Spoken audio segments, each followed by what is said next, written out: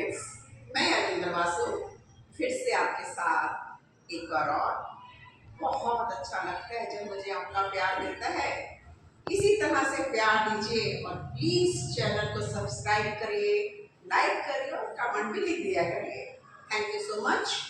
तो आज हम इस तरह से बात करते हैं कुछ भाइयों के बारे में, कुछ रिलेशन के बारे में कि हम कितनी बड़ी गलती कर देते हैं कि छोटी छोटी बातों से इतनी दूरियां जो पैदा हो जाती है। दो भाई हैं, दोनों के अंदर बहुत ज़बरदस्त प्यार है।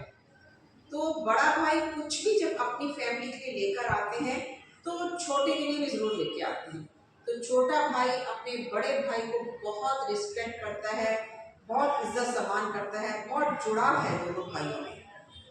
समय बीतता जाता है, एक वक्त ऐसा आता है कि किसी भी बात के लिए दोनों भाइयों के अंदर ना अनबन हो जाती है, तू मैं होती है और छोटा भाई जो है बड़े भाई को कुछ अपशब्द यानी कुछ बुरे शब्द जो है बोल देता है। बड़े भाई को जाकर दिल में बात चुप जाती है और दोनों भाइयों में बातचीत बंद हो जाती है। यहाँ तक कि ऐसे हालात हो जाते हैं, कहीं रास्ते में भी मिलते हैं तो नजरें छुपाकर जो है आगे निकल जाते हैं। इस तरह से चलता रहता है। समय काफी साल बीत जाते हैं और छोटे भाई के घर में उसकी बेटी की शादी है। अब छोटे भाई को लगता है कि ये काम तो मैं अकेले नहीं संभाल सकता, मुझे बड़े भाई से जाकर माफी मांगनी चाहिए कि जो कुछ भी हुआ भूल जाओ, चलो कुछ नया शुरू करते हैं। ये विचार आते ही वो अपने बड़े भाई के पास जाता है, उनके पैर पकड़ता है, माफी मांगता है कि भैया मुझे माफ कर दो, उस समय पता नहीं क्या हो गया था, मैंने आपसे इतना सब कुछ कह दिया और इसी के अंदर हमने इतने सारे साल भी खराब कर दिए। बड़े भाई का मन नहीं निकलता और वो कहते हैं कि छोटे तुम यहाँ से चले जाओ, मैं शादी में नहीं आने वाला, ना मेरा परिवार, हम नहीं आने वाले। इस तरह से ये बातें चलती रहती हैं। तो छोटा भाई जो है बहुत ज़्यादा परेशान हो जाता है, लेकिन किसी से उसको मालूम चलता है कि बड़ा भाई डेली जो है एक संत के पास उनके प्रवचन सुनने के लिए जाते हैं। तो लोग उसको एडवाइस करते हैं कि भाई तुम वहाँ जाओ, संत के पास उनको बोलो।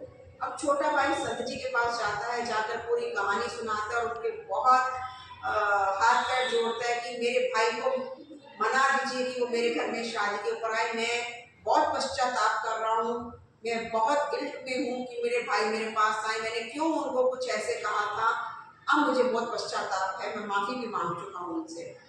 तो संत जी कहते हैं ठीक है तुम जाओ।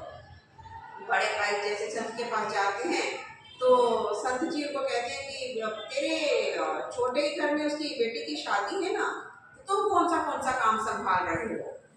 तो नहीं, मैं तो सम्मिलित ही नहीं हो रहा, मैंने क्या काम संभालने हैं। तो ठीक है, तो कभी मेरे को छोटे ने ऐसे कहा था, मुझे बहुत बुरा लगा, अब मैं उससे बात नहीं करूँगा, कभी नहीं करूँगा। संत जी कहते ठीक है, जब ये सत्संग खत्म हो जाए एक बार खाली मेरे से मिलने के जाना। ठीक है संत जी। जब प्रवचन खत्म हो जाते हैं, बड़े भाई मिलने जाते हैं तो संत जी पूछते हैं मैंने पिछले रविवार कौन सा सत्संग किया था, क्या टॉपिक था, जरा बोलो। बड़ा भाई कहते हैं मुझे याद नहीं है।